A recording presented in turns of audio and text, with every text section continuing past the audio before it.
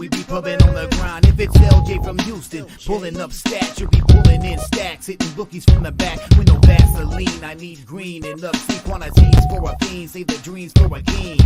This is H-Town, home of the lean. Astros is the team, and we rock it. We rock Texans for life, you can't stop it. Together like brothers and bets and jets. What's going on, sports fans? We are back again. Week 2 of the NFL 2023 season.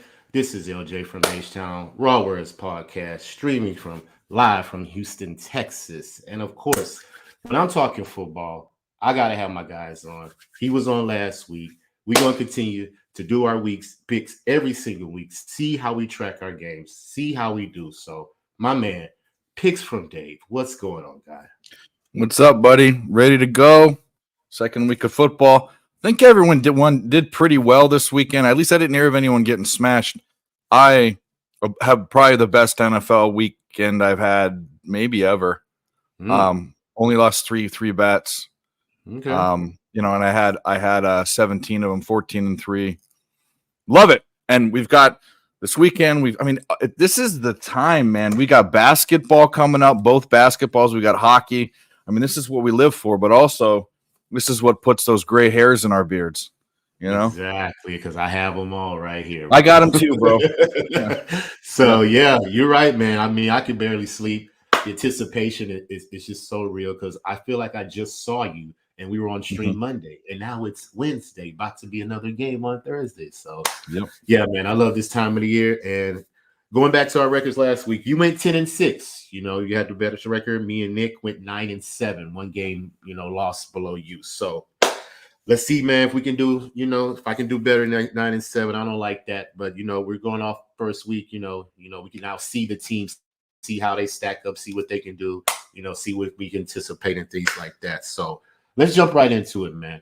We got Thursday night football. We got the Minnesota Vikings taking on the Philadelphia Eagles. The Eagles are -6.5 at home, over under 49. Now, Eagles played the Patriots last week. Did pretty well. I expected them to win, but wasn't easy. They kind of pulled away at the end, but Patriots, we know they're very limited when it comes to their offense. Mac Jones got to throw the ball, 40 sometimes, 50 sometimes. I think he threw the ball. So I don't think that's going to be a recipe for them to be successful. But as far as the Eagles, like I said, they're back home. This is where they play well. And as far as against the spread at home, they are 8-3 against the spread last year at home as a home favorite. And I usually take the Eagles in the first half because that's where they score the most and then tend to digress in the second half. So I definitely will be looking at Eagles first half, but more than likely I will be on the Eagles full game as well. As far as the Vikings, they slipped up against Tampa Bay last week. And, we didn't expect that much from the Vikings. But like I said, I'm always going to look at Kirk Cousins' pass attempts. He had 44 last week. They only ran the ball 40. They have 41 rushes. And, so I believe that's going to continue to happen. They don't have any semblance of a run game. So he's going to have to continue to throw the ball. So I'm going to be looking at his over pass attempts. And for the Vikings, they were 4-0 last year off a loss last year, but they're coming off a loss. Eagles won. So I always tend to lean to the team that won the game before, just as an easy cap, just to start my capping. So like I said, more than likely I will be on the Eagles, but I will definitely be on the first half, whatever the team total is, first half. What are your thoughts? Thursday night football, Vikings and Eagles. Yeah, so I'll say that both of these teams pretty much did exactly what I thought they would do. I thought Minnesota would win, but have a close game against Tampa Bay and really have fallen off a cliff, especially with the miracles that happened last year. The luckiest team in the NFL for sure. And then Philadelphia, the first half they looked good. The Patriots had a chance to win the game with the ball at the end of the game. So it was too close. It wasn't supposed to be a blowout. The Patriots were supposed to be a bad team. I'm not going to bet a side in this game. I'm going to be betting, and by the way, the line's fairly accurate. It's within 2 points according to my index. I'm going to bet the under because it's prime time. We've done that. I've been that every time. It's said all the time. That whole deal. We don't have to keep going over that. But this is going to be a game where Minnesota needs to pick it up and show something, or maybe they're bums. Philadelphia at home, they should blow them out. They're a touchdown favorite. If they don't cover by a touchdown, there's going to be question marks. you know, I'm not going to even take this in our pick'em bet thing because there is I need to see these two teams. I'm still not sold from what I saw last week. Yeah, so that's it. I'm on the under, and of course I'll find some props and things, but I haven't gotten there yet. Okay. As far as the pick'em for the league, you're going to go with Philadelphia? Oh no. We have to do. I thought. You know what I was thinking. It was we had to pick 5 teams. I was thinking the circa thing. Okay. No, Eagles. Yeah, I'll figure that. I'm just this is why, dude. This is why I don't do fantasy football because I get the cappers contest mixed up with the survivor thing. Yeah. My capping, yeah. So I'm on the Eagles, but not super confident. Yeah, I'm on the Eagles as well, and I'm going to look up their first half just to see what the number is right now. First half, Eagles -3 team total over. What's the first half team total? Over 24.5 first half game point. Okay, no, that's the total. Oh, they don't have it out yet, do they? No, I don't see it yet. Team total, but their first half -3.5. I'm definitely going to be on that for sure because they averaged last year. I was just looking up for sure. First half, they averaged 18 points in the first half last year, and they had 16 points in the first half versus the Patriots. So that's going to be a bet for me. Philadelphia -3.5 first half, but I will be full game as well, as far as a pick'em. All right, Dave. Let's move on to this game, buddy. We got the Chargers on the road going to Tennessee to take on these Titans. Chargers are -3 as a road favorite, and the total is over under 45. Now, I'm going to start with you. I want to get your thoughts on this first, and then I'll back you up because I want to see what you say and see how you look at this game first. So take it away, Chargers and Titans. This is a tricky one. So the Chargers have a bad defense. We know that, and they have an offense that underperformed. Eckler got hurt. I don't know if it's a long term or whatever, but he was on the injury report. And Tennessee, they played a stout game against the Saints. The Saints kind of looked pretty drab. Kind of what kind of more of what I thought than when you thought. It doesn't mean that's how they're going to be the whole time, but maybe Tennessee's defense is better than they were ranking them. Usually they're ranked in the top 10. They were ranked kind of in the middle, towards the back of the middle. And I liked, okay, so we're old school guys. I like teams the way this Tennessee Titans team is set up. You've got a serviceable quarterback. I'd say average to above average. You've got a bell cow running back, a dude. You've got a dude at wide receiver. You got a defense that can play, and you got a coach that's hard nosed. I like that. That's why I like the Steelers. That's why I appreciate the Ravens. In this at home, I don't know if I'm going to bet this game. Well, I might bet this game. If I'm going to say this, I don't know if this is going to be a circa pick. It's probably going to be a bet. But I'm going to go out Tennessee outright in this game at home. Chargers on the road, bad defense. I think there's something to be said about how the Chargers played the first week, and also something to be said about Tennessee fighting against New Orleans. Granted, it could be New Orleans, but it's probably a little bit of both. So give them their props. So I'm on Tennessee. All right. I'm on the other side. I'm on the Chargers because last year they played well in this spot as a road favorite. They were 5-1 last year as a road favorite straight up. 11-7-1 in the last 19 against the spread. 4-2 last on the road as a favorite ATS. 7-3 straight up on the road overall as a team. So they play very well in this spot. And looking at the Titans, how they played last week, they allowed 8 quarterback hits, 4 sacks. So it looks like to me they can't protect Tannehill. If you give up that many pressures and you got sacked 4 times, and you allowed 275 yards passing. No, they allowed 282 last week. I'm sorry, but they averaged 274 passing yards last year. So you let Derek Carr get 282 on you, almost 300.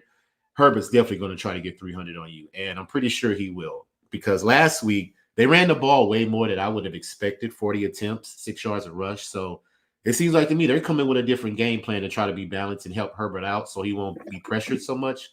But I believe this is a game that they're going to need them because they are already down 0-1, and the Titans are coming off a loss as well.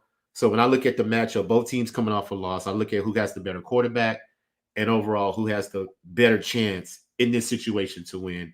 And I'm gonna jump on the Chargers minus the 3 on the road as a favorite. I haven't bet it yet, but I will be betting it. They did allow 34 points, but that was against Tua. Miami has a high explosive offense. Titans offense is not that good because they only scored 15 points. And they gave up 16. So they gave up 1 point more than they scored. So for that reason, I believe the Chargers will take care of business. 400 total yards last week, 234 rushing. Even if they can get to 100 and something rushing in Herbert, because he only passed for 199. You see what I'm saying? I'm thinking that's going to rise to maybe 250, 260. So I'm on the Chargers minus the 3, and you are on Tennessee. Yeah, I'm on Tennessee, and actually, this might be a play. The indexes, which are 3 expert indexes that I average, Nick and I use them. They have this game in Tennessee at a pick'em. So you're getting 3, according to them. It's early in the season, so this is what I knew that. Didn't even look at that. No, this is a close game to me. This is close, but I'm gonna lean with the home team. But I could see if the Chargers do what they're supposed to do. That we say this every year. They should contend, but every year, what happens? That they'll slip into the playoffs and then win us a plus 1,000, bet, and Anyway, at the end of the day, though, we got to see how this season goes. If they still come up short, I believe they're going to have to get a new coach. I mean, he's awful. He's awful. Yeah, they got the wrong coach for the system that Herbert is successful in. He's more of a defensive coach, I think, to be honest. And the defense ain't even good. So what does that tell you? You know what I'm saying? So yeah. Well, there maybe should be one time in the entire season that you go for it on 4th down in your own territory, maybe once, unless it's the end of the game. How many times have we seen that guy do it in the middle of the game? The guy's a dope. Yeah, for real. But hey, I'm on them this week as the road coming off a loss, so I'm gonna trust that they can cover that spread on the road. All right, Dave, let's move on to this one, buddy. We got the Green Bay Packers favored -1 going down to the ATL. Take on those Falcons. Over under is 40.5. Now, the Packers played very well versus the Bears. Granted, it was the Bears. They tend to beat them up. A lot.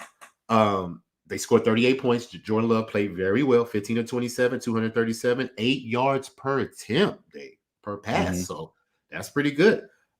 He only got sacked once. He only got hit 3 times. So offensive line protected him well for the most part. He kept him clean. Desmond Ridder, he was sacked 4 times, 6 quarterback hits. So he got hit up a little bit. Rushing 130 for the Falcons, which they do. Top 2 in the league this year. They're probably going to be top in the league again this year. So that's their game plan to run the ball. Now, can the Packers stop the run and make them, pass the ball, make them one-dimensional? Remains to be seen. As far as the Falcons defense, they had 7 quarterback hits, 2 sacks last week on Bryce Young.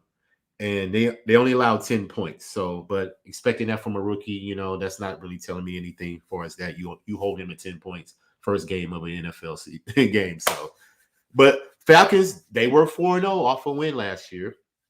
So that's in their favor. But all in all, I got to be on the Packers. I just mean 9 of 16 on 3rd downs. Falcons are only 2 of 10. So that lets me know they can't convert 3rd down. So they're not going to be on the field. So it seems like to me the defense is going to be gassed because they only held the ball 25 minutes in that game, the Falcons. So that defense is going to get gashed for the most part. If Green Bay can move the sticks, keep the offense going, keep the defense on the field, I think they'll wear them down at the end of the day. I think Green Bay will prevail, but I'm not going to pick a spread or anything on this one because the one is right there, so it's almost a pick 'em if you just want to look at it like that.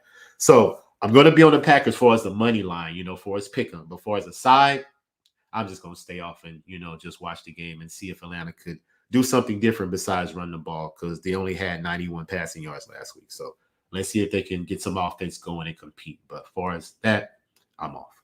What you got? Yeah, I mean, I like what I saw from the Packers last week, even though it is the Bears. That's fine.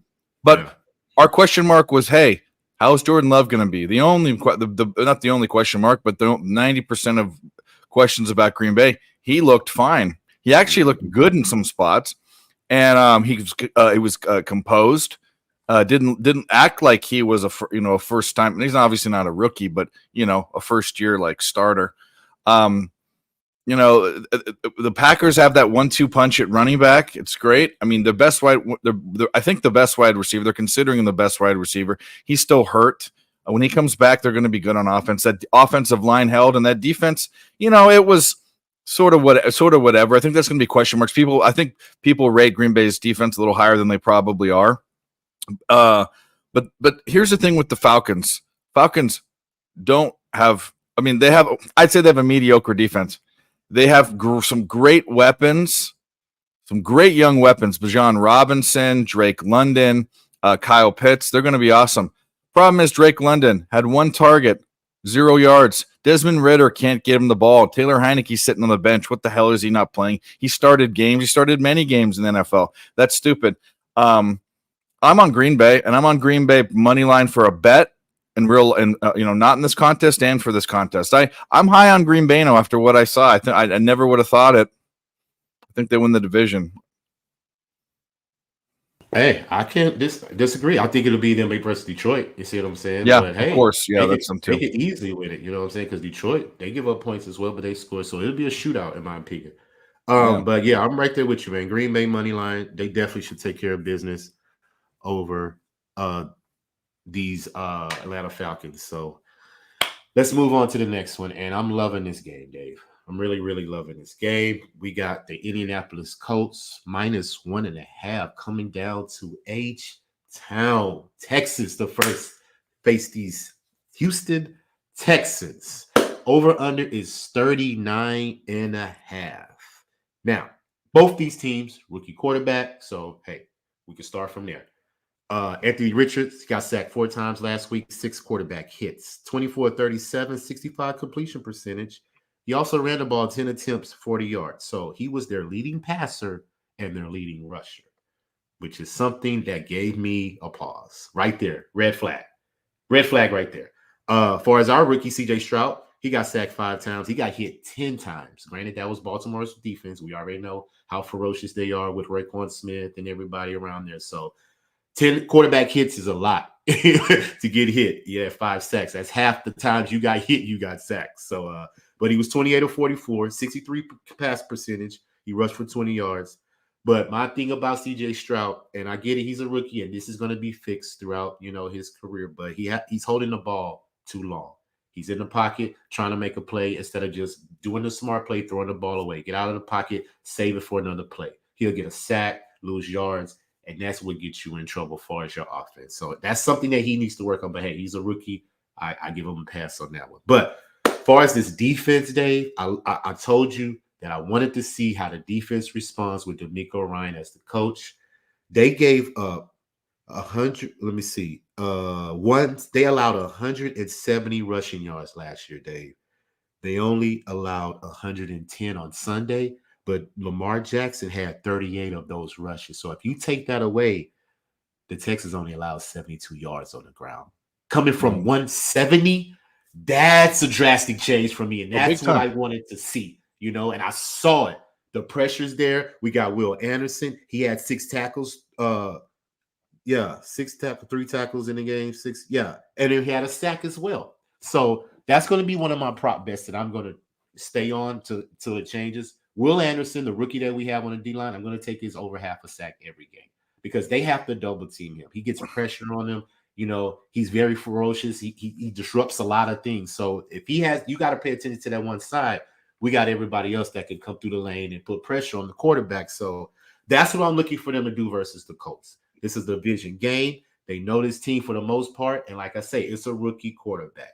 Now, Colts defense allowed 31 points last week and allowed 30 points 5 or their last 6 games going back to last season. Now, I'm not saying that Texas is going to put up 30 points, but that tells me that you can score on this defense. That's exactly what it's telling me. So for all those reasons, the Colts, they were 1-3 in the red zone. We were 0-2. So we both suck at that. Now, we only turned the ball over once last week. The Colts turned the ball over 3 times, and they only held the ball 26 minutes. So that tells me that their defense be on the field a lot because the offense can't sustain offense drives. So all that said, Dave, I am on the Texans plus the 1.5, and I'm going to jump on the money line. Granted, they only scored 9 points. That was against the Ravens. This Colts defense is totally different. I believe they can score some points on this defense, and I think that they're going to win their home opener. Now, the Texans are 0-7-1 last year as a home dog, 3-17 since 2020 as a home dog, 21 losses against the spread after a loss since 2020. But they are 11-7 against the spread versus their division since 2020. The Colts, 5-14 against the spread versus their division since 2020. And that's why I'm going my home team, the Houston Texans, to win this game. Dave, what we got? So this is tough, and here's the deal. Like, if I didn't if I don't live in Houston, so I really could care less about this game. I will say this: your team is improving. Definitely on defense. Problem is, how are they going to score? I'm looking at the guys in their team. I mean, CJ Stroud, Damian Pierce. Look at their wide receivers. I mean, their best one is Robert Woods, which is like a fourth receiver now. I mean, great, fight on Trojans. Nico Collins, Tank Dell, Noah Brown got hurt, and Mike Boone. These guys, this is like reading the list of the Cleveland Indians in Major League. It's like, who are these guys? But you got a quarterback, and you can only really go up. So kudos to you. The Colts. This is another thing. Without what's his face? Who's the guy that's holding out? They're going to trade him. They're running back. Jonathan Taylor. Yeah. Yes. Without Jonathan Taylor, it's basically they've turned into the Bears.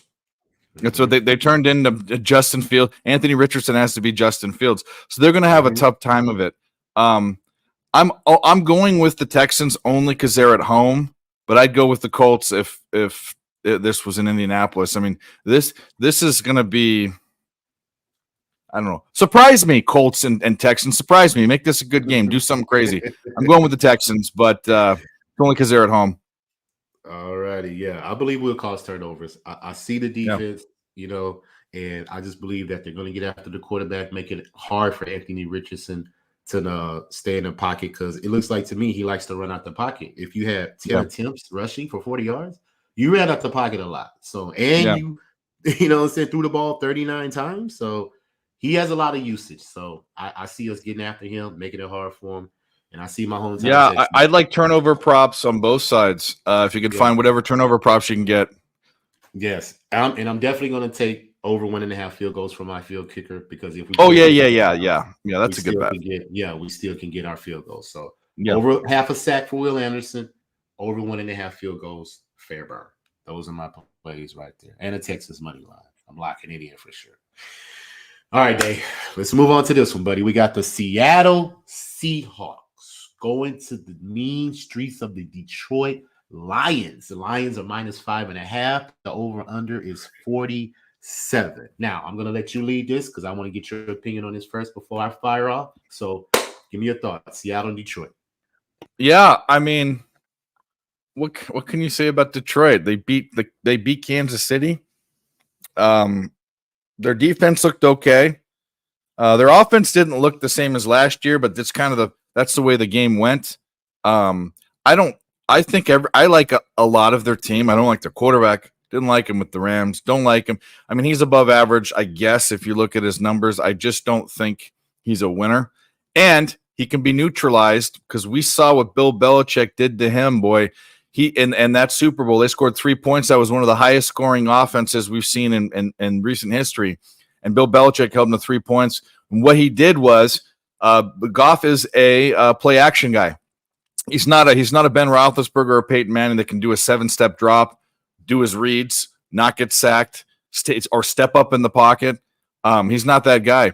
And Bill Belichick put guys out in the flats as nickelbacks, and his linebackers took away those checkdowns and made him throw deeper. So there is a way to make Goff, to cuck him, so to speak. Maybe he's gotten better. We'll see. I think a lot of why the Lions were so good last year had a lot to do with their running game, which is different this year too. But they beat the Chiefs. Seattle, on the other hand, they got problems, and I knew they would. Tyler Lockett's a big part there. I think DJ Metcalf's kind of getting in his head and kind of frustrated. You can kind of see that with some of this. He's pushing people and doing all sorts of crap. Geno Smith is that guy. And when I mean that guy, the guy that he has always been, you are what you are in the back of your football card or your baseball card, whatever sport you're in. And he's going to regress from last year. Obviously, Pete Carroll's going to find a way to get his defense going. He always does. He's always, putting out decent defenses. But it's a decline for Seattle. It's a question mark for Detroit. It's, probably up. Up if you consider they're probably going to go to the playoffs, because I think they will. But either way, long story short, I'm not betting a side in this for real bets, but for the contest, I'm taking Detroit at home. I mean, it's a pretty no-brainer. Yeah, definitely. I'm definitely taking Detroit as well. And I think Detroit's going to win big, simply for the fact this is a revenge game from last year. Seattle went into Detroit and beat them in Detroit 48-45. The game soared over. It was back and forth, and Seattle won on a field goal, I believe, in the last minute. But I believe that Detroit is going to remember that, and I believe that they're going to make a statement in their home opener. They're 14-5 in their last 19 against the spread, 7-1 against the spread after a win last year, 7-2 against the spread at home, and they're the number one against the spread team after a win since 2020. And when I go through the numbers, it's pretty much they have the advantage in every category. Seattle, they only scored 13 points. And their last 3 road games in the NFC outside of their division has gone over. So not only as I think Detroit's going to win, I think the game's going over. So I'm going to make a bet on no 47. I believe Goff has at least 2 touchdowns. So if his prop is over 1.5 touchdowns, I'm going to take that. But I'm pretty sure most likely it's going to be 2.5. So that means he has to get 3. So I may not take it with that. But I'm also looking at Jahmyr Gibbs. He had 42 rushing, 18 receiving yards. That's a 60 rush plus receiver yards prop that I'm going to be looking at as well.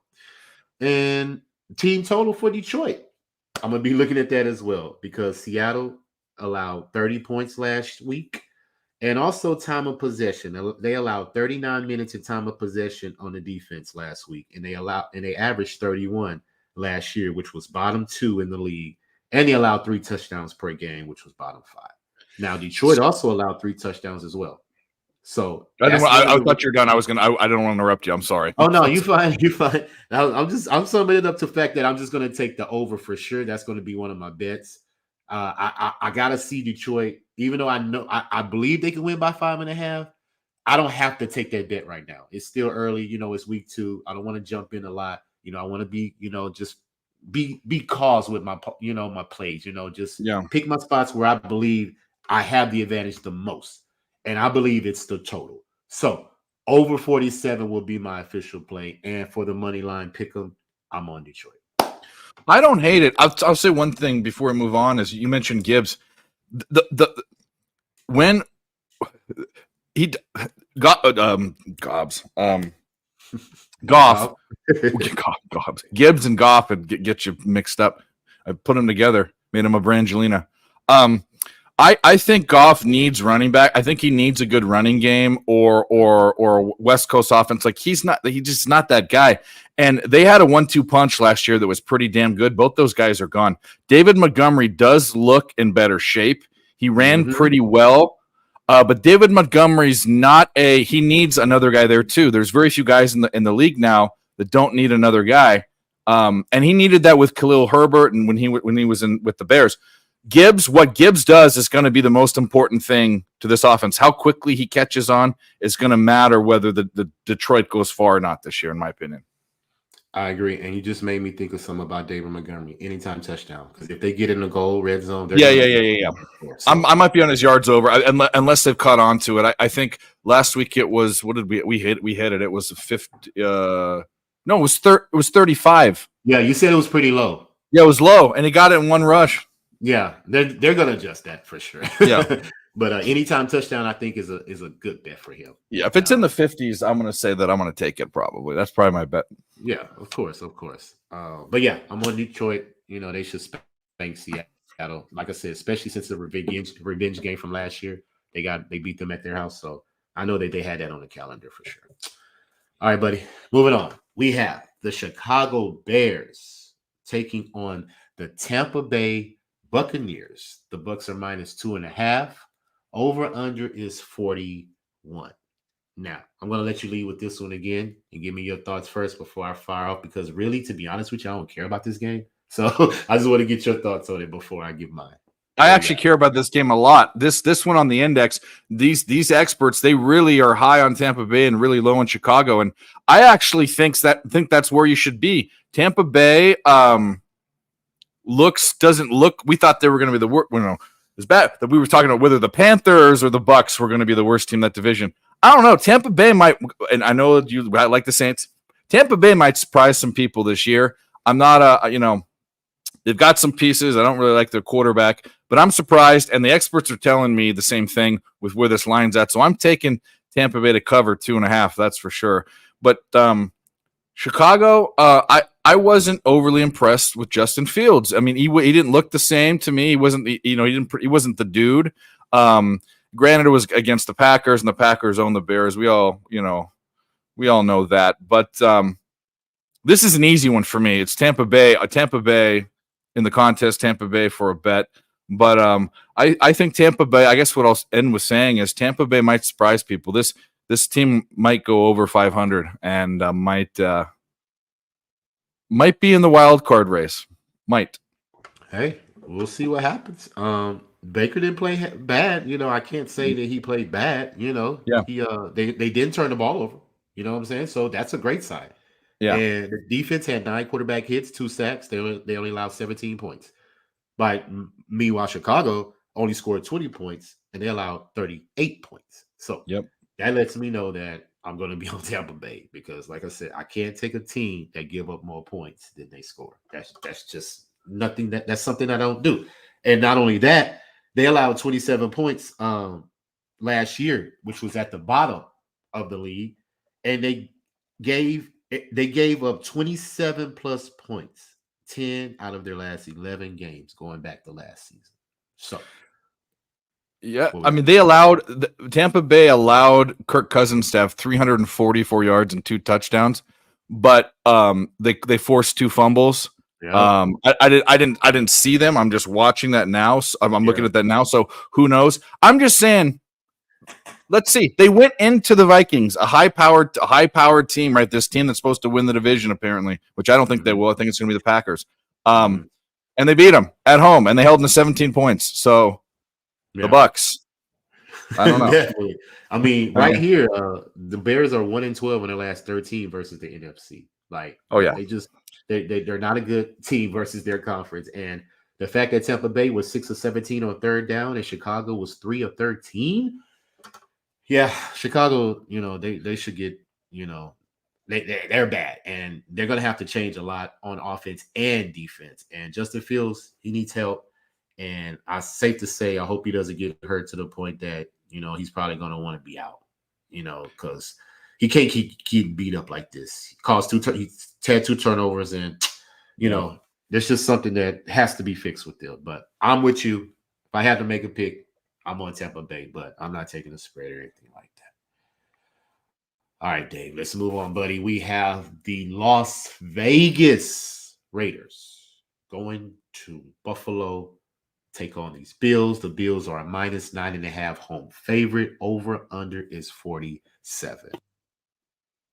Now, I'm going to lead with this one because go for it.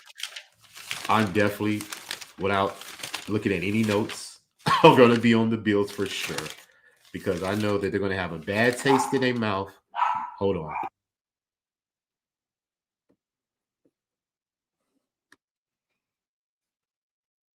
Dog barking. It must be. Of course. It's fine.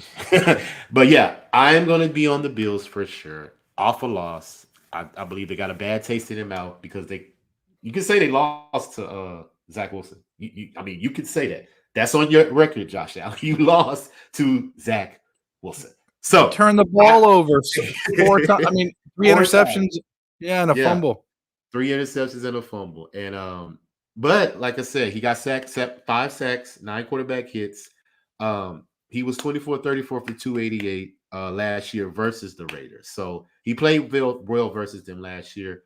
far as the Raiders, man, they kept Jimmy Garoppolo clean. He didn't have no sacks. He only got hit 3 times, and then they only allowed 16 points. Granted, it was the Broncos. I'm not saying that they're going to put up points like that, but the Bills can put up points. They only scored 16, but they can easily put up 30, easily. And I believe they're going to put up 30 against the Raiders at home. So that's pretty much it. The defense had 8 quarterback hits, 3 sacks, allowed 22 points. But I don't believe that the Raiders will get 22 points. I believe that Jimmy Garoppolo is going to have a long day. Both of these teams can't run the ball, so they're going to have to depend on both of their quarterbacks for them to be successful. And I'd rather bet on Josh Allen than Jimmy Garoppolo. So my play is the Bills. 9.5 is pretty high, but I may get to it by Sunday. I got to see where the line goes, where it moves. If it gets too high, I'm not going to take it. But if it stays right there, 9.5, that means the Bills got to score a touchdown and a field goal to win the game. They should do that versus the Raiders. Plus, coming off a loss, Raiders coming off a win. So I don't believe that they can win back-to-back games, especially going to Buffalo and upset them like that, especially when Buffalo came off a loss on national TV. So we know how we do that. We take teams that got embarrassed on national TV. We take them the next week. So Buffalo is a play for me this week. What do you got? Yeah, obviously in a pick'em situation, it's Buffalo. I will throw a couple things out there though. We did talk about Las Vegas having a horrible defense, and they held the Broncos under 20 points. Granted, it was the Broncos. We'll see. I don't remember there being a change that would have a move that changed anything on their team. I can go back and look. I also don't pay that much attention to the Raiders because it's one of those cursed franchise because the ownership has been bad since the beginning of time. Choosing the fastest wide receiver in the draft was a thing for years there, which is just the first pick, which is stupid. And Jimmy Garoppolo, he's a game manager. I when you look at his numbers, it's not bad. Problem is, it's always with good defenses, with the Niners, with the Patriots. So we'll see. I mean, I'm always low on the Raiders, but I'm low on them. They're going to be what they are. But here's the thing, and I don't know if it's the Madden curse coming. It could be that. I think Josh Allen, his time is come and gone as far as that dude to be able to challenge Mahomes. He's going to be good. He's going to put up numbers. Shit, they might win a Super Bowl. But they were talking about him being him and Mahomes, Phil Mickelson, Tiger Woods kind of thing. I don't think so. And I'm also not. We talk about teams coming off losses and going for the gusto. Does he have the balls to do that? Is he that guy? Is he Patrick Mahomes? Is he Tom Brady? Can he take your head off? I don't know. But honestly, just to backtrack, I think Vegas's defense is that bad. They just played the Broncos. I think they don't turn the ball over 4 times. It's going to be Buffalo, but what I'm looking for in that game and it's going to be high probably, is to take a Buffalo team total over. It's probably going to be high. It's a very square play. But if they don't go out and try to bury them, or they try to and Josh Allen can't, then the writing's on the wall. Yeah, I agree 100%. And Josh Allen should pick away this defense because they allowed 79 completions percentage in the last game versus Russell Wilson. They allowed him to complete 79% of his passes. And they also allowed 67 completion percentage on defense last year. So they're pretty consistent at giving up completion. So Josh Allen should have a good day finding Diggs, finding Dawson. I hope so. He should have a good day coming off a loss. You know what I'm saying? So, yeah, definitely on Buffalo, but I'm not taking the spread. But like I said, I may get there. Who knows? But I'm definitely on this spread, Dave. We got the Kansas City Chiefs -3.5 versus Jacksonville over under 51. Now, I already say I'm on the Chiefs -3.5 because they play very well on the road as a favorite coming off a loss. 3-0 off a loss last year, 6-2 as a road favorite, 11-3 versus the conference in their last 14. Number 1 in wins off a loss since 2020. 18-6 since 2020 as a road favorite. So those things right there automatically say, boom, Kansas City. Jacksonville, we go over here. 5-0 last year as a home dog, but 23 losses against the spread after a loss since 2020, which is bottom in the league. Now, as far as the defense, Jacksonville, they had 6 quarterback hits, 4 sacks on Anthony Richards last week, allowed 21 points. The Chiefs had 4 quarterback hits, 1 sack, and allowed 21 points. But we do know Chris Jones is coming back, so that's going to change. I believe they will get some more pressure, You know, they're going to make Trevor Lawrence get out of the pocket, make a decision. I don't think he's just going to be there to sit there, pat, and pick away the secondary. But all the offensive numbers point to Jacksonville. They scored 31 points. They passed the ball more, 237. They ran the ball, 105 more. He got sacked twice, 4 quarterback hits. So if you do the numbers, Jacksonville is supposed to win this game. But the books know, the sharps know, and we all know that Patrick Mahomes wants to get the taste out of his mouth, losing on national TV in front of the whole world. So he's going to have some redemption. And I believe they will go into Jacksonville and cover this 3.5 spread. So I am on Kansas City minus the 3.5. What we got? Yeah. I mean, well, I'll tell you this right now. The index didn't come out right, and I need to dive into it. I thought it would be higher for the Chiefs, but then again, it is the Jaguars. I don't know. I need to bet on the side as far as with the spread. I need to see what I'm going to do, but I definitely like Kansas City to win. It was a weird game last week for Kansas City. I'll be honest. I don't quite know why they lost. I mean, Mahomes didn't look effective. The offense didn't look effective. The defense actually looked okay to me. It's Kansas City. People say they have a bad defense. I think their defense is underrated. I also think that Trevor Lawrence is overrated. I keep saying this. Granted, he's won me some big bets. I've also bet against him. I'm definitely on KC as for the contest. I don't know. That hook there, for some reason, is looking me in the eye and saying Kansas City might win by 3 points. They might backdoor this thing. Or Jacksonville might. Or the other way around. Maybe Kansas City's down. They go down, they're tied, and they kick. Mahomes does this thing with 40 seconds left, gets them in field goal range. And that hook is bothering me. I will find props in this game. I don't know where the total's at. That's also something. It might be like it's so high it's a sneaky under. This game is very interesting to me. I need to dive in more. It's not as obvious as people think. Like Marco wants to take the extended spread. But I'm on KC. I guess what I'm saying is for Pick'em, I'm on KC. For the game, I haven't made my decision yet. Okay. Well, I have, and I get you on the hook though. I get you. Yeah. That hook is there for a reason, but yeah, I believe they will cover it. You know, because I just believe Patrick Mahomes is going to get some revenge. You know, he doesn't like losing, and they do cover on the road. You said that. Yeah. That's a stat that you said a million times, and yes. for all the time I've known you. So they do, and like I said, the numbers are just too overbearing for me not to take this bet. Even though Jacksonville looks like they are the side from the numbers from last week, Kansas City. Yeah. But like I said, he was playing. He had Travis Kelce in training camp. He's been practicing with this guy. All of a sudden, he's out a couple of days before game day. I mean, that's going to disrupt a lot. And let's not forget all of these drops. Like Sky Moore had 2 drops. Tony I mean, that was really bad. Those screwed up my bets too. Yes, that's all right. But we already know. We already discussed it. Tony, anytime touchdown. We believe Patrick Mahomes is going to go right to him to get that monkey off of him. You know, so we're looking at that prop as well. You know, Tony, anytime touchdown. But other than that, I'm all on Kansas City minus the 3.5. All right, Dave, let's move on, buddy. We are Baltimore going down to Cincinnati, and Cincinnati minus 3.5 as a home favorite, over under 45.5. Cincinnati 2 division games in a row, so that always gives me pause and trepidation right there, because Baltimore knows this team. Just came off a win versus the Texans, and when I line this game up, all the numbers point to Baltimore, and I'm talking about overwhelming points to Baltimore. First of all, the Bengals only scored 3 points. They gave up 24 last week, and they're minus 3.5 favorite. Interesting.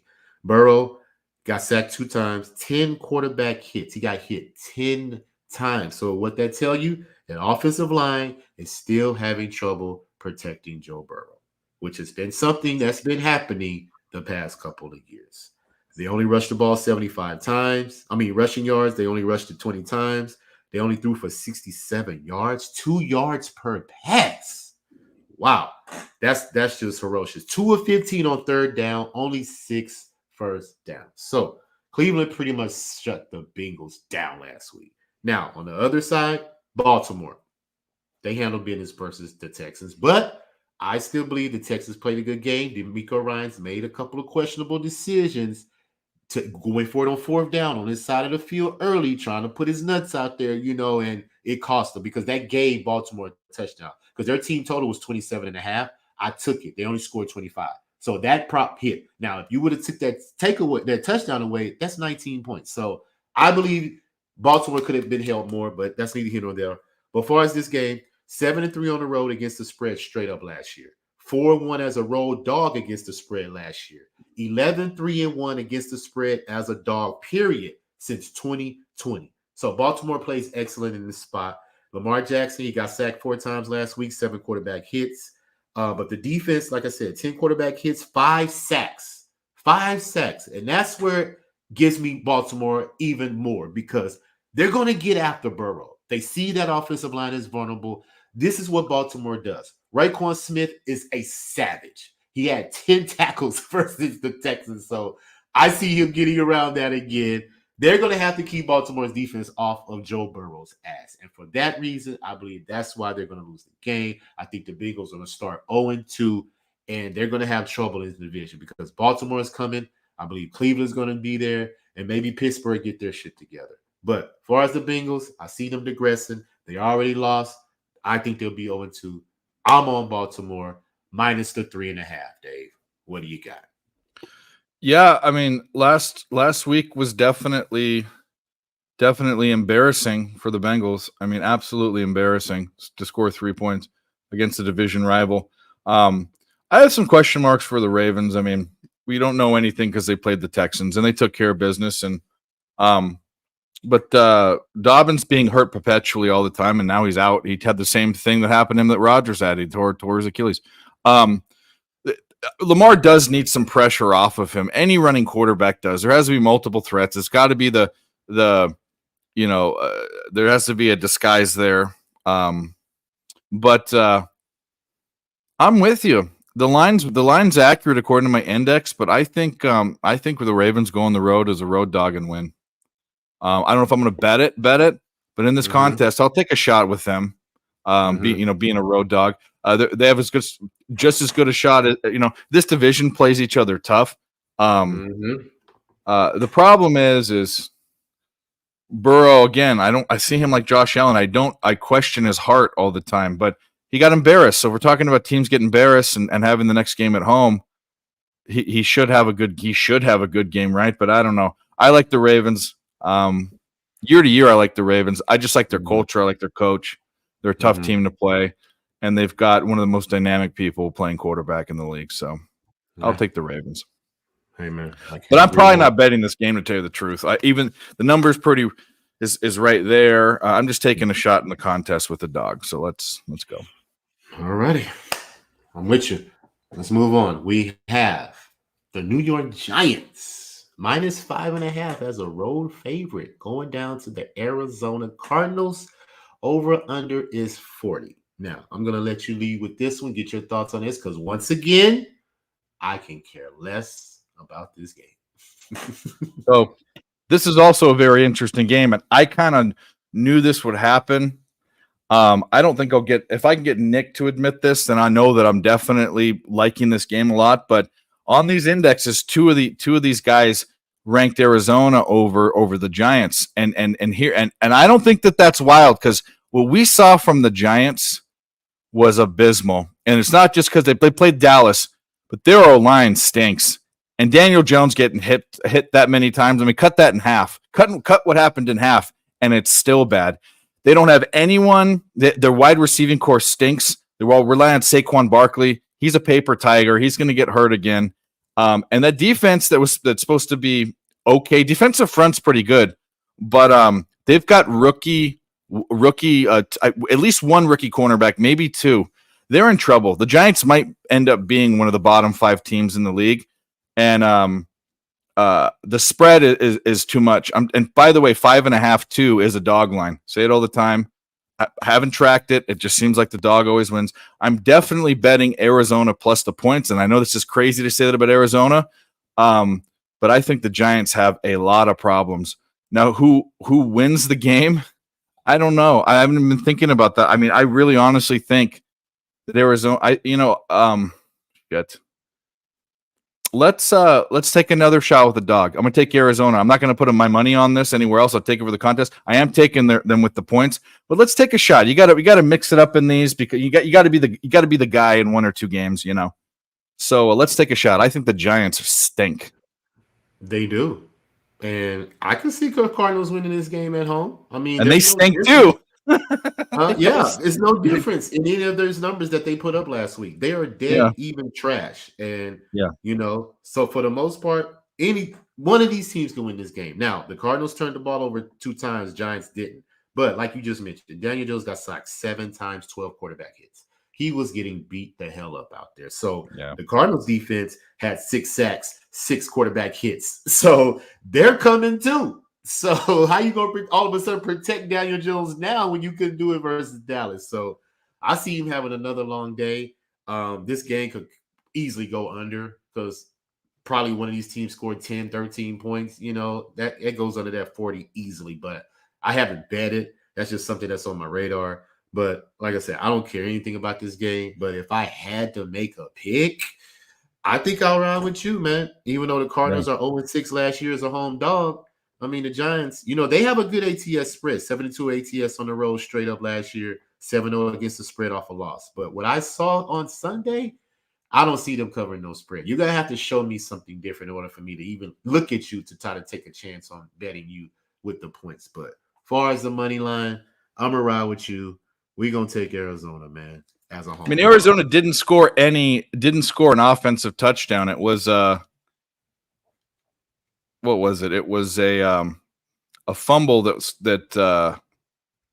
fumble touchdown and then a bunch of field goals. Maybe the field goal props the thing to look at in this game. Hey, Matt Prater for Arizona. I'm writing it down. Over 1.5 field goals. Thank you. I might take his over 6.5 points, which is essentially three field goals or a touchdown. And get a touchdown. I don't know. I'm taking a shot. I think 5.5 is stupid. I mean, this game could be 9-6. Yeah, seriously, for real. That's why I say the under should be easy money. But like I said, I haven't bet it yet. But Matt Prater over 1.5 field goals, and like I said, we could easily get a pick 6 for his fumble return. I could see this type of game. Like the defense is scoring instead of more than the offense scores. So, but we can move on. Maybe take a prop. Maybe take a prop that there's no offense. I mean, there's got to be a prop somewhere that there's no offensive touchdowns. I mean, hey, I'll look at it as well. All right, man. Very, very, very intriguing game right here, and I know you like this game. So we have the San Francisco Dave's team, the San Francisco 49ers, -8. Versus the Los Angeles Rams at SoFi Stadium. Over under is 44.5. Now, I'm also going to let you lead with this one because this is your team. And I want to get your thoughts because you might tell me something that will convince me to take the side. But I'm leaning towards the side that's probably not in everybody's favor. But hey, I'll let you go. What are your thoughts? 49ers and Rams. So I'll tell you for the game, the numbers off. I can remember last year betting the Rams versus the Niners. Rams won, but Rams covered, but 49ers win. I think that happens. I think the line's off by a couple points. I have them at almost 5, but 8's just it's strange. And there's also 8.5. I think it went down. It didn't go up. Either way, that's what I'm on for the game. For the contest, I'll be on the 49ers. The only thing that scares me in this game actually is losing my spread bet. Because the 49ers own the Rams. I don't know if that's going to change. Why would it change now, especially with Cooper Kupp? He's not coming back, right? Cooper Kupp's out? Yeah, he's out. Okay. Is he out for the season? He's not out for the season. He's out for the first part of the season. Yeah. So without Cooper Kupp, I don't think they're going to do any better against a team that owns them. I just think they're going to kind of float. They're going to float enough within a touchdown, maybe backdoor it. So I like this game. I'm taking the Rams plus the points. My Niners win, taking that for the contest. I'm worried because I think the Niners could blow them out. I just don't see how the Rams can win, but maybe you have an angle. I don't know. No. I was going to take the points. I'm with you. I'm taking the Rams to cover the 8. Yeah. This is a division game. I think there's too many points. And I'm also going to take the under 44.5 because both of these defenses get off the field, which allows the offense to stay on the field. So the time of possession is pretty low for both teams. And that lets me know that you're either getting a field goal or you're getting out on downs, but you're getting on your side of the field. So that's time of possession that's eating up the clock. So I believe that both these it's going to be a slugfest. That's what I really believe. I don't see any high scoring. Now, when I break it down, the numbers say that the Rams win this game, but granted, they were playing Seattle. We already know Seattle's a horrible team. 49ers were playing Pittsburgh, and they pretty much dogged them out. So both these teams are coming off a win. The Rams they both scored 30 points. And the Rams, this is back-to-back division games. So that's another thing that gives me a pause. They got to play their division twice in the same week. So, but I'll run off the numbers for the Niners, 12-3 in the last 15 versus the NFC, 7-0 against the spread and straight up versus the division last year, 14-7 last 21 against the spread, 14-6 since 2020 against the spread. Brock Purdy had 3 sacks, 7 quarterback hits. Matthew Stafford did not get sacked one time last week. He got hit 7 times. So if I'm gonna see how the Rams could possibly win this game, Matthew Stafford's gonna have to outplay Brock Purdy. Bottom line, that's what he's gonna have to do. He's gonna have to be the better quarterback because we know the 49ers defense is gonna show up. Now, can the offensive line of the Rams protect Matthew Stafford enough for him to get plays off? Remains to be seen. But we already know how competitive both these coaches are. Both of these coaches want to beat each other. So I know this is going to be a very important game for both of these coaches. But at the end of the day, I am going to take the Rams to cover the spread plus the 8. And I'm going to take the under 44.5 because this is a division game. And I believe that it's going to come down to the wire. Maybe a field goal or so. But I don't see a lot of points in this game. That's my play. Any more thoughts on that one? Nope. That's it. All right, we can move on. So I'm on the 49ers though money line. Let me put that down so I can keep that for record purposes. But I'm taking the Rams plus the 8. That's an official bet for me. All right, let's move on to this one, buddy. We have the New York Jets. Zach Wilson. Oh, that's funny saying that, man. Zach Wilson and the New York Jets versus the Dallas Cowboys. Cowboys are minus 9.5, which they should be. They're coming off a blowout win versus versus the Giants. I'm sorry. Over under 37.5. And that's a pretty low number to me because that lets me know the Jets are not going to be able to score any offense. They're not expecting Zach to score anything versus this defense in Dallas. We already know how ferocious they are. They could be possibly the number 1 defense in the league. 12 quarterback hits, 7 sacks. They allowed 0 points on Daniel Jones. So they played a very good thing. Now, this is what's funny to me. Dallas scored 40 points, and Dak Prescott did not contribute to any of those points. They got defensive touchdowns, they got field goals, and they gave Pollard the ball. That didn't do nothing. So that's why I keep telling people, Dak benefits from a great defense. He has a safety net. If you're expecting Dak to win you a game when the game is on the line, I don't think he's that quarterback. But not to say he can't do it, I mean, if Dak Prescott's off all these Cowboys fans, he's a top 5 quarterback, then why has he lost to Jimmy Garoppolo like the past 2 or 3 times in the playoffs? Jimmy Garoppolo. Come on.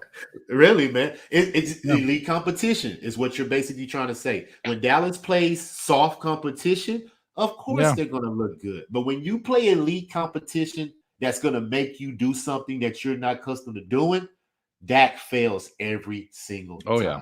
Go back and look it up, Cowboy fans. I guarantee you will see it for yourself as well. But as far as this game, man, Dallas should win the game. Like, cover the spread is a different story because the Jets defense is lights out. They can cause turnovers too. They can keep you under your team total as well. So if we're looking at an under 37.5, that may be a sharp play. But as far as winning the game, of course, Dallas should win. The Jets are 3-11 versus a non-conference team since 2020. So that's horrible. Zach Wilson, like I said, he's got put into the fire. Everybody expected Aaron Rodgers to be there, and he expected just to be a cheerleader. Now he's in the fire. And I don't think that he's ready to be in the fire, especially against a defense like this. Like, I saw this game completely going a different way if Aaron Rodgers was the quarterback. I would totally be on the Jets because Me he too. owns Dallas in Arlington. I think he's undefeated in Texas Stadium if my records are right.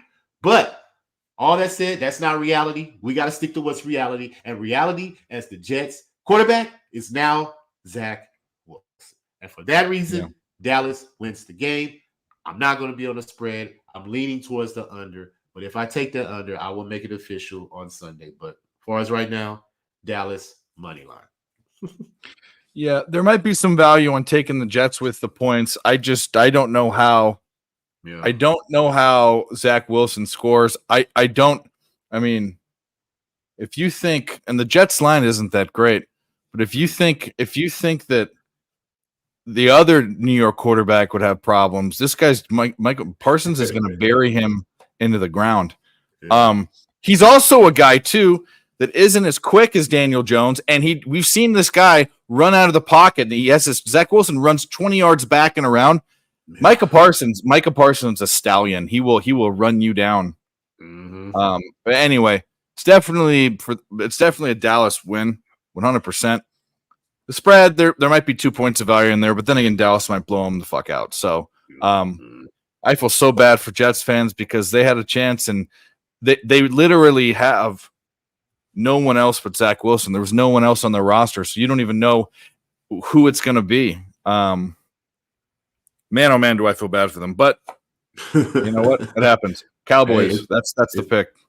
It's football, man. It's unfortunate it happened, but it's football, and we have to face the reality of that's just how it goes, man. You sign up for it, you're gonna get things are gonna happen. It's a brutal sport. So, but yeah, like I said, it was high hopes for the Jets. A lot of people probably lost money on futures now and things like that, and now all of a sudden they want to change the turf now to make it all natural grass for all stadiums because their golden boy got hurt on national TV. But hey, it is what it is. We'll see what happens. All right, let's move on to this one, man. We got the Washington Commanders going to the altitude to take on the Denver Broncos. The Broncos are favorite, -3.5 at home. The over-under is 39. Now, we already know why that number is low because both of these teams can't score. Washington scored 20 points. Denver scored 16. They gave up 20, Washington. Denver gave up 17. So I can see why the number is at 39. Now, how they line up, Russell Wilson still seems to me that he needs help. We thought Sean Payton could come in and make some things different for him, but it just seems like to me they got the same old problems going on. He was 5 of 11 on third down, penalties 10 for 83 yards, 166 passing yards, 94 rushing yards. Like, that's just not going to get it. And to sum it all up, Sean Payton, opening kickoff, wants to go for an onside kick. So you just give the Raiders the ball right now. And guess what they did on that possession, Dave? They scored a touchdown. So you spotted them a touchdown before you even got the ball. And you lost the game by 1 point. So that lets you know what's going on in Denver right now. But as far as Washington, you know, they're top 5 against the spread after a win since 2020, which is a very important note. Defense, 6 quarterback hits, 3 sacks last week on the Cardinals quarterback.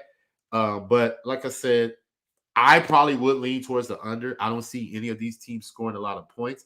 Once again, I see a field goal game, but I'm just going to stay off. But for money line purposes, Dave, why not?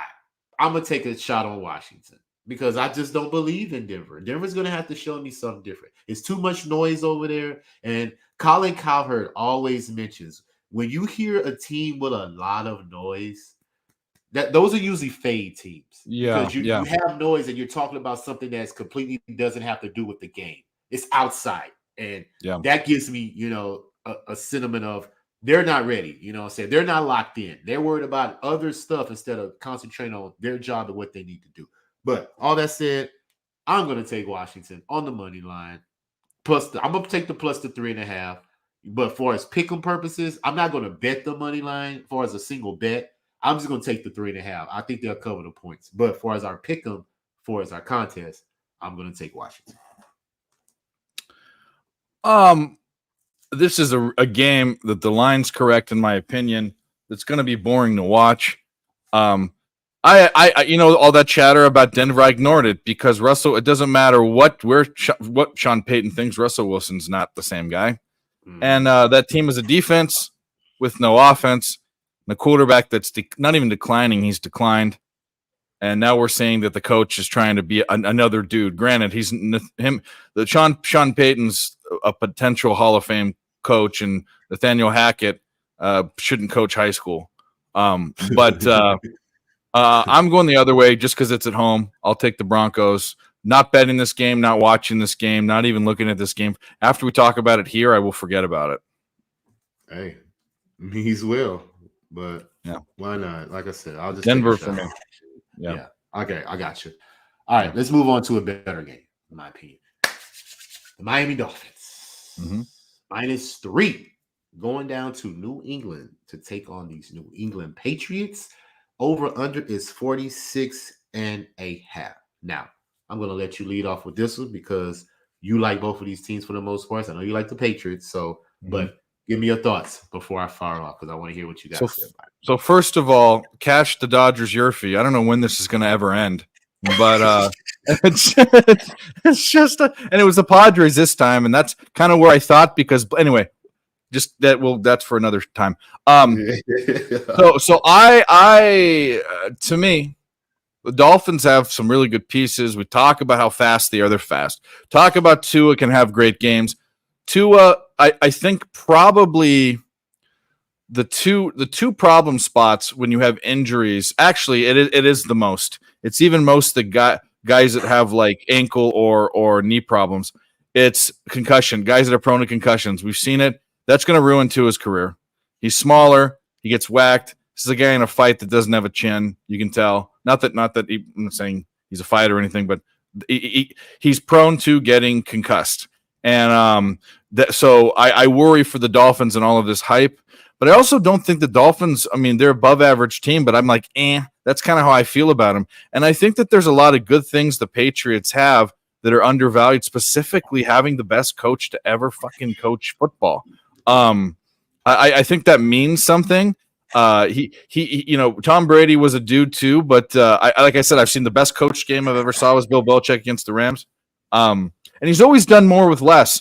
Never had a great wide receiver, had a great quarterback. But that one year where they got Randy Moss, they broke records. Like Moss had the most, Brady had the most passing yards. Moss had the most receiving touchdowns. It was crazy. So before that, he's dealing with all these little guys, like Julian Edelman and Wes Welker and those guys. So with that being said, they had a chance to beat the Eagles, and they almost covered the spread against the Eagles. They had the ball late in the game. They didn't do it. This is in Foxborough. The line's wrong. I think you're getting 3 points of value. This should be more of a pick 'em. So not only am I – well, wait a minute. They're the Dogs, right? Yeah, they are the Dogs. Yep. So not only am I taking them with the points in the Cappers contest, I'm going to take New England to win outright. I like it. Patriots. You know what? I'm not mad at that. And I'm not going to take a side. But what I am going to do is take the first half over 23. And this is the reason why. Defense for Miami allowed 14 points in the first half last year. They allowed 17 points in the first half versus the Chargers. Patriots allowed 16 points last year in the first half. They allowed 16 points in the last game versus the Eagles. So that was an easy cap for me because I believe that the Patriots are going to get tired of people coming to their home as a dog and losing because they're 0-4 in their last 0-4 last year as a home dog. So I think that's 0-5 in the last 5 as a dog. Yeah, going back to last year. That's what that says. Okay, yeah. So they don't play well in this spot as a dog, but this is a divisional game. Miami plays, they're top 5 against the spread after a win since 2020, 13-5-1 against the spread versus their division since 2020. So they play well in this spot as well, but it's been different quarterbacks. So, you really can't look into that for the most part, but maybe you can for the history of these two teams. But all that said, I think both any of these teams can win. I think New England is going to make Tua be more of a balanced quarterback because if you can protect Tua, he can light you up. He got receivers that can run track meet. You get what I'm saying? Now, I think Belichick will key on You don't that. think he doesn't know? Yeah, of course he knows that. I mean, Key on that. You know what I'm saying? Yeah. He's going to check them at the line of scrimmage. Whatever he got to do to slow them down is what I'm basically trying to say. Because Miami can't run the ball. They only rushed the ball 70 times, 70 rushes last game. So I believe that's going to be the same. He threw for 466. I don't think he's throwing for 466 on the Patriots. I could be wrong, but I don't think so. I believe he's going to come back down to maybe 2. You know what I'm saying? And they're going to have a dogfight to win this game. I think this game is going to come down to probably the last possession. It could be an over 46.5. I think that's right there on it. But for sake of purposes, for me betting, I'm going to trust that this first half goes over 23 because Miami trends to the over first half and the Patriots trend to the over first half. So I think that's a solid bet. But for as picking a spread, I'm going to stay away. But for as pick-em purposes, I think I'm going to be with you, Dave. I think the Patriots are tired of people coming to their house and beating them like this. And the fact that they're 0-5 in the last 5 games, going back to last year as a home dog, I think that's going to change. So I'm going to ride with you. I'm going to take the Patriots as a dog to win this game. I just believe it. That's all. I just believe he probably that's going to be a good game. That's going to be a really good game. Yeah, but I do believe he's going to get after Tua, make him move because if Tua stays there and can scan the field, he's going to eat you up. You have to make him move off his launching point. That's what you have. It's a stylistic game. It's a different stylistic matchup. When you're going against the Chargers with no defense and a quarterback that can throw, you're going to go bang, bang, bang, bang. But it's going to be a slow. You still get an over, but Belichick's going to have something for him. So you wait and see. Yeah, I agree. 100%. All right, we're moving on to Monday night. 2 games for Monday night. Almost wrapping it up. We got the Saints -3 going to the Carolina Panthers, a division game, over under 39.5. I'm already going to say I'm on the Saints -3. I took the spread last week. They didn't cover it. I'm back on it. I don't care. I like the Saints. Rookie quarterback, I believe they're going to have problems. I'm always going to be against a rookie quarterback until you show me something. Now, Carolina was 5-1 against the spread as a home dog last year, but 0-1 against the spread this year. So that's what matters to me. And back-to-back division games as well. So that could be tough on a team. And the Saints, they have Derek Carr now. He threw for 282, 4 sacks, 8 quarterback hits. So for the most part, he stayed up for the most part. But the Saints defense is what I think is going to overcome because they had 10 quarterback hits, 3 sacks, only allowed 15 points last week. Carolina, 4 sacks on their defense, but they allowed 24 points. So once again, you gave up more than you scored. So for those sake of purposes, like I said, Bryce Young, he's a rookie. He got hit 7 times, 2 sacks. But all in all, I don't think the offense is going to be able to keep up with the Saints. I think the Saints can keep their defense on the field, Carolina's defense on the field, gas them out, get them tired, limit Bryce Young's attempts. And I think the Saints pull off the victory in this division game on the road, -3. What we got? Yeah, I'll make it simple. They win the game. I don't know if they cover the spread. They should cover the spread. I mean, the Panthers, looking at their roster, are just abysmal. I don't know how they can win games. I'll just make it easy. It's not even worth diving into. The Saints should win this game, and actually they should cover the spread. I'm not going to bet it because the numbers actually what the index is telling me. But for the sake of pick'em, I'm taking the Saints for sure. Right, no doubt. Let's get to this final game. We have the Cleveland Browns -2 on the road as a favorite going to Pittsburgh to take on the Steelers. The over-under is 38.5. And I'm going to let you lead off this last one before I fire off because I want to get your thoughts on how Cleveland handled the Bengals and how Pittsburgh responded to your team last week, the 49ers. I don't think I think there's still questions to be had. I mean, the Cleveland beat beat the crap out of the Bengals, but Deshaun Watson didn't do anything. Didn't have a touchdown at 100. What was it? 150. I just got it. I didn't even have 200 passing yards. Nick Chubb had 106 yards, but no touchdowns. Deshaun Watson had a rushing touchdown. There's just question marks still. He should be better than that. Did he need to be? And that's in the game script. I don't know. And then obviously the Steelers got a beat down from the Niners, which means one of two things. Are the Niners that good or the Steelers that bad? I think it's a little bit of both. I think the Niners, the Niners could be the best team in the NFC. We've talked about this. Purdy could be a decent quarterback. Everyone's talking about him, making fun of him, and then you hear like our friends from Philadelphia all high on their team, and that's fine. But the Niners are legit. I'm trying to go to the box score to look at Pittsburgh. Pickett, yeah, there isn't. But if you think about it, he went 232, a touchdown, and 2 interceptions. Of course, you're going to get interceptions from a defense like that. And they've got some weapons. I like 3 of their receivers. Najee Harris. Here's the deal. Also, Najee Harris had 6 carries for 31 yards. But when you're behind, like they were, you're going to be throwing. And when you're rushing, you're up against that defense. So I don't know with what's going to happen. I'm going to take Pittsburgh in this game for the contest. I'm going to have to find a bet in this game because obviously it's a primetime game. We'll be on a stream and I'll find something. I'll dive in deeper. But on a Wednesday, when the only thing I have to do is pick for a pick 'em for the show purposes, I'm going to pick Pittsburgh, but I don't feel super comfortable about it, to tell you the truth. You shouldn't, because I'm picking the Browns to win this game. Yeah, I mean, because the running the ball is where they get the advantage. They rushed for 206 last week. Steelers only rushed for 41. It stops right there. That's too much of a difference for me to think that the Steelers are going to change anything in a week. I don't think they're going to be able to change that. 4 yards per rush.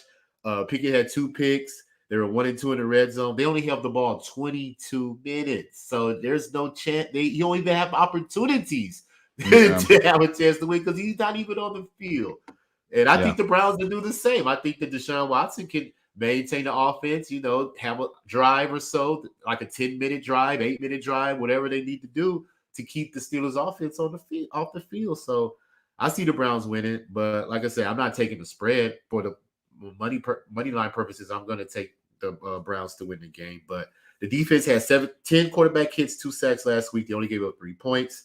The Steelers only scored 7 points and allowed 30. So once again, I say you gave up way more points than you scored. So for that reason, I'm not going to take you. You are automatic fade for me in that situation. So that's it for me, man. Cleveland, money line, Monday night. And like I said, I'm going to continue to ride that trend. Another reason why I'm taking the Steelers, because they played the 49ers the first week. And I'm going to take every team that played the 49ers. I'm going to take the next game for them to lose until it's different. Like I said, I'm not a person that just takes it and keeps losing and losing. I got common sense. If it's not winning in a couple of games, then hey, it's time to get off. That trend is done. But until that happens, I'm going to stay on it, So that's where I'm at, Dave, man. And that is it, sir. We went through the whole slate for week 2. I got your picks wrote down, and we'll see what happens, on Sunday. So let the people know where they can find you and what you got going on for the rest of the week. Yep. So it's Picks from Dave on YouTube. I got a channel there. We do shows. LJ comes on Friday. We do a Friday show. We do an all-day Saturday stream for college football. And sometimes do some random things here or there. I'm going to start doing pick videos in a different way, I think. Also, I give out picks on Twitter. Go check me out there for information on that. And obviously on various other channels, including RaWordz podcast every Wednesday night. Yes, sir. And quick thoughts. What are you thinking about Colorado and Colorado State this week? I already know. Don't know what the spread is, but Colorado wins. Colorado finishes the year 3-0, but I think I saw it's like pull it up right now on the spreadsheet. I can tell you what the numbers say. Wouldn't it be funny if Colorado State won? I know Neil's a favorite again, so I don't have it up. It's on the other computer. But either way, I think it's a double-digit spread. That makes sense. They could probably cover, but I think Colorado goes 3-0. Didn't expect it. Expected 1-2, but goes 3-0. I think they struggle to win 3 more games. In fact, I think they only win 2. Could be wrong, but I think they finish with 5 or 6 wins. That's just my opinion. Do you have a best bet already for college? No. In fact, I flip-flopped this week and did more NFL than college. But I'll have all of my college. Not all of my college. I'll have my best bets by tomorrow night. Tomorrow will be a college day. I have all the indexing done. All the numbers are done. I haven't dove in. Okay. Yeah. All right, man. Well, like I said, I will be seeing you on Friday. Nerd Talk, of course, every week. We cap games live. We make money. And if y'all wasn't tuned in to Monday night on Jimmy the Bag's live stream, you missed a great opportunity to cash because we were sweating that whole game until the last play in overtime. And it was lovely because we all made money at the same time. So, hey, man, we're going to continue to keep doing what we do, making money with the sports betting, man, and continue to keep capping. And we give it to y'all because, like I said, we want everybody to win because it's us against the bookies. And y'all can catch me tomorrow night on Who Bangin' Sports. We have a live sweat Thursday night, NFL football, Minnesota and Eagles. So I will be on there. And, of course, like I just mentioned, Friday night, Nerd Talk with Dave and the crew, capping games, making money. And, of course, join me on Sunday. I do my 5 best prop bets. I went 3-2 on week 1. So let's see if we can improve that. I got some props already ready to go, fire off. So everybody tune in Sunday morning with my props. And I will definitely be on Jimmy the Bag NFL Pub Hub this Sunday at 10 a.m. I'm on that too. I'm the last spot. Yeah. Okay. Well, let's get it, Dave. We're gonna shine. You know what I'm saying? Yeah. Get this money for the people. So I'll see you then as well. So hey, let's keep doing it. LJ from H-Town, Picks from Dave. Appreciate you coming on as always, my friend. And everybody in the sports world, tune in next time. And guess what? We are out, and let's keep cashing.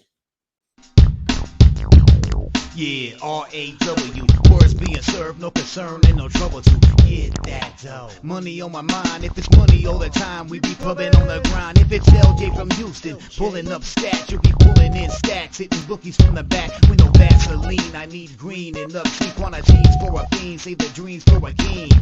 This is